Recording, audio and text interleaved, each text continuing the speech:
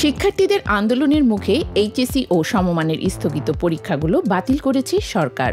তবে ফলাফল কিভাবে দেয়া হবে সে বিষয়ে সিদ্ধান্ত পরে। স্থগিত পরীক্ষাগুলো না দেওয়ার দাবিতে মঙ্গলবার দুপুরে সচিবালয়ের ভেতরে ঢুকে বিক্ষোভ করেন শিক্ষার্থীরা।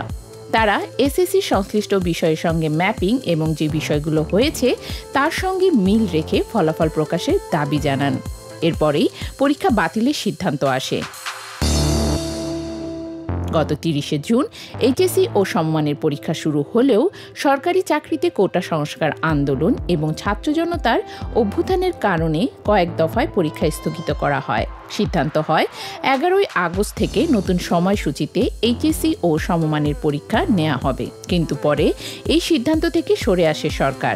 মঙ্গলবার সকালে অন্তর্বর্তী সরকারি শিক্ষা উপদেষ্টা ওয়াহিদউদ্দিন মাহমুদের সভাপতিত্বে এইচএসসি ও সমমানের পরীক্ষার বাকি বিষয়ের পরীক্ষা অর্ধেক প্রশ্নোত্তরে অনুষ্ঠিত হবে এবং পরীক্ষা ১১ই সেপ্টেম্বর থেকে আরও ২ সপ্তাহ পিছিয়ে যাবে বলে সিদ্ধান্ত হয়।